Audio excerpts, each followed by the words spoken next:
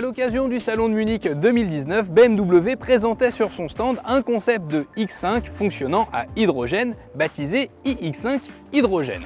4 ans plus tard, la firme bavaroise arrive avec une flotte pilote de 100 véhicules, suffisant pour titiller notre curiosité et répondre à l'appel du constructeur afin d'en prendre le volant. Alors, avons-nous droit à une véritable révolution? L'hydrogène va-t-il révolutionner justement notre façon de conduire? C'est ce que nous allons voir au cours de cet essai. Juste le temps pour moi de vous rappeler, si ce n'est pas déjà fait, de vous abonner à la chaîne d'AutoPlus, à activer toutes les notifications et n'oubliez pas que vous pouvez également nous retrouver sur nos réseaux sociaux et sur autoplus.fr. Alors est-ce que cette motorisation à hydrogène révolutionne réellement notre façon de conduire et les sensations que l'on a derrière le volant? Eh bien, sachez que si vous êtes déjà familier des véhicules électriques modernes, vous ne serez pas dépaysé. Pour les autres, eh bien, sachez qu'on profite d'un couple moteur instantané disponible à tous les régimes comme un véhicule électrique justement. Et conséquence, quand on appuie sur la pédale de droite, et ben il se passe ça, on a vraiment cette sensation un peu vitesse-lumière. Et pourquoi on a presque ce sentiment d'être collé au siège? Eh bien c'est parce que ce iX5 hydrogène développe 650 Nm de couple et la puissance moteur n'est pas en reste puisque le iX5 hydrogène développe 401 chevaux. C'est presque le minimum syndical pour déplacer les 2,4 tonnes de notre SUV allemand.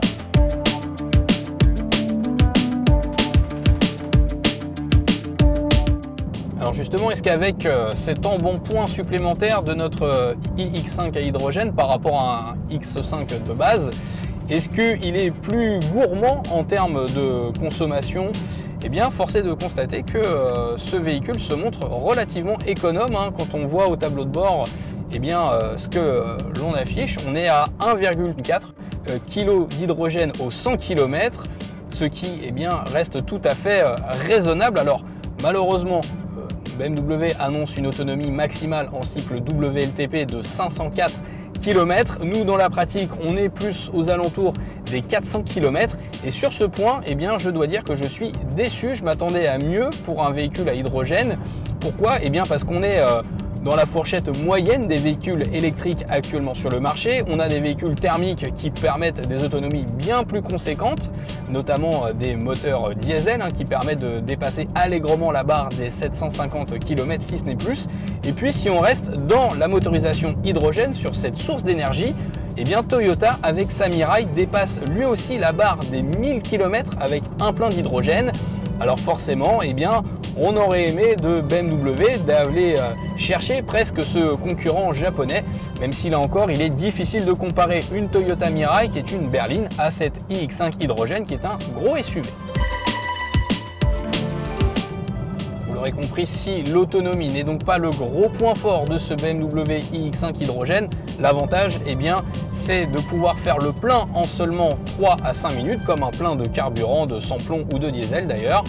Et c'est surtout eh bien, la possibilité, l'avantage eh bien, de s'affranchir d'une recharge électrique qui prend en moyenne une demi-heure sur les bornes rapides, plusieurs heures sur les bornes domestiques.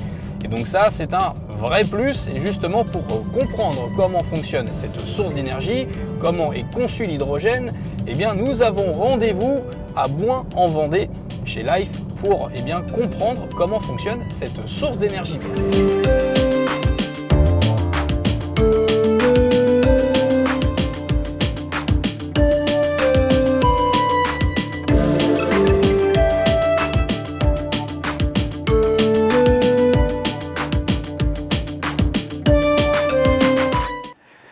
Bonjour Antoine. Bonjour. Merci de nous recevoir. Merci de nous recevoir chez Life à Boin, qui est une société française, et ça c'est bien de le dire, productrice d'hydrogène vert. On entend beaucoup parler d'hydrogène vert. Déjà la première question elle est toute simple. Qu'est-ce que c'est que de l'hydrogène vert? Alors l'hydrogène en tant que tel, c'est ce qui compose la plupart des éléments de la Terre, sur Terre. C'est l'élément le plus important sur Terre. Donc de l'hydrogène vert, c'est de l'hydrogène qui est fait à partir d'eau et d'énergie renouvelable. Aujourd'hui, selon vous, qu'est-ce qui fait qu'on n'a pas encore ce même élan pour l'hydrogène dans le secteur automobile par rapport à l'électrique? Pour avoir zéro émission à l'utilisation de la voiture, il faut un moteur électrique. Et donc en fait, il fallait développer ce moteur électrique pour avancer. Et le plus simple de le développer, c'était avec une batterie, parce qu'en fait, l'électricité, on pouvait se charger au départ à la maison, ensuite par des bornes, et aujourd'hui, ça se massifie. Sauf qu'en fait, on se rend compte que les batteries ne peuvent pas répondre à 100% des usages. Elles peuvent répondre à beaucoup d'usages, mais il y a aussi beaucoup d'usages qui ne peuvent pas être répondus par des batteries. Et donc maintenant, on utilise la technologie qui a déjà été développée du moteur électrique. On garde ça, donc les avantages de l'électrique batterie, et on y ajoute l'avantage d'une voiture diesel classique. C'est-à-dire qu'on peut faire le plein en 5 minutes.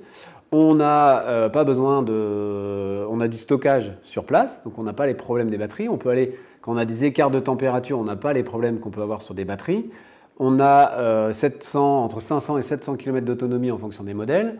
Et donc, on a la même logistique qu'une voiture diesel. Et je reviens sur la notion d'eau pour produire les fameux kilos d'hydrogène.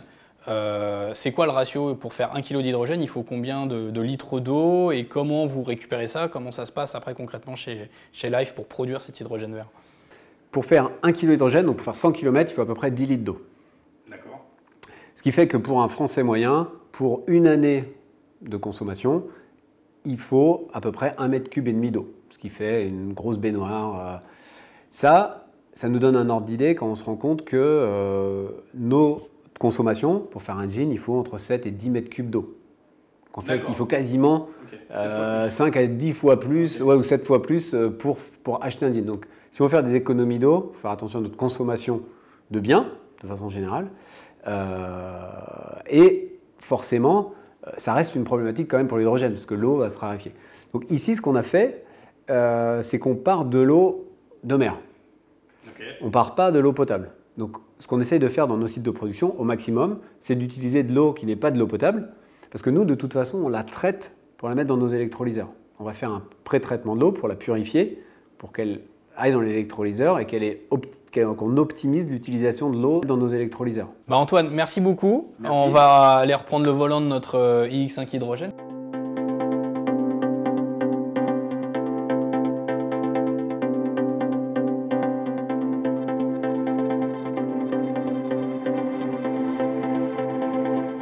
Juste avant de reprendre à nouveau la direction des belles routes vendéennes, laissez-moi vous expliquer plus en détail le système à hydrogène de notre véhicule d'essai. Pour faire simple, vous avez 3 éléments pour alimenter ce SUV allemand. Déjà pour commencer, sous le capot, vous avez une pile à combustible. Celle-ci fournit l'énergie au moteur électrique. Le moteur électrique se trouve derrière, placé sur l'essieu arrière. Moteur électrique emprunté au BMW iX. Et pour réguler la différence de puissance entre la pile à combustible et le moteur électrique, vous avez une batterie lithium-ion.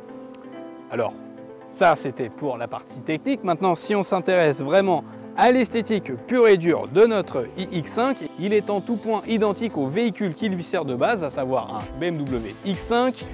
On va retrouver le même coup de crayon. La seule différence, c'est la position de part et d'autre, de petites touches de bleu du sigle I caractéristique des véhicules zéro émission de la firme bavaroise. Et même une fois à bord, là aussi, rien ne change par rapport au BMW X5. On note là aussi quelques couches de bleu et quelques logos spécifiques hydrogène un petit peu partout dans l'habitacle. Pour le reste, c'est en tout point identique.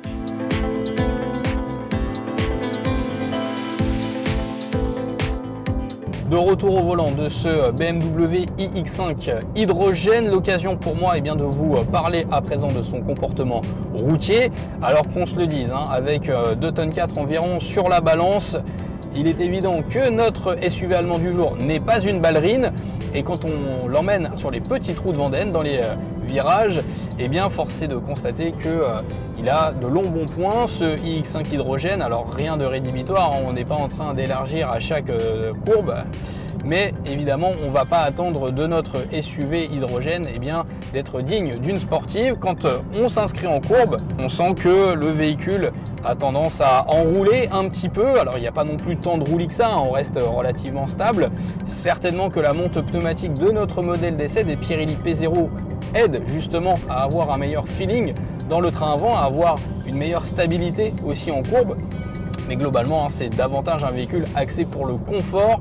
Et justement, même si on évolue en mode sport pour davantage de dynamisme à son volant, je ne saurais vous conseiller d'évoluer en mode confort justement pour profiter d'un meilleur mode à l'usage.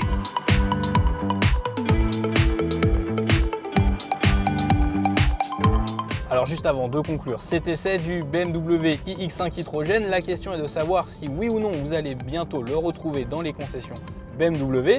Eh bien la réponse est non, pas dans l'immédiat. Pourquoi? Eh bien parce que ce véhicule est encore un prototype, pas vraiment un véhicule de pré-série non plus, et BMW nous le confiait encore il y a peu, eh bien l'hydrogène devra arriver sur le courant de la deuxième moitié de la décennie, donc c'est pas pour tout de suite, clairement.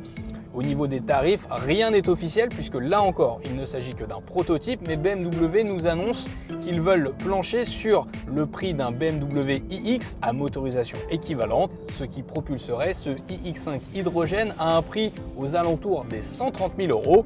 Reste maintenant à savoir si demain l'hydrogène arrivera à se démocratiser sérieusement, de quoi baisser les coûts à l'usage, mais aussi le prix des futurs véhicules.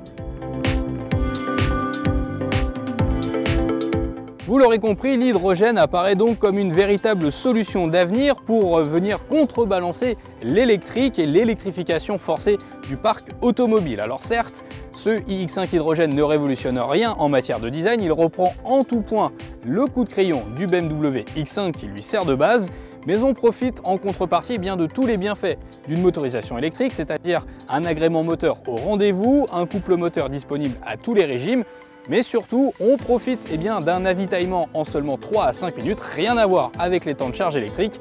Reste que son prix, encore un petit peu trop élevé, même s'il n'est pas définitif, aux alentours des 130 000 €, risque fortement de pénaliser ce SUV allemand quand on sait que, par exemple, une Toyota Mirai bien implantée sur le segment des voitures à hydrogène tourne aux alentours des 80 000 €.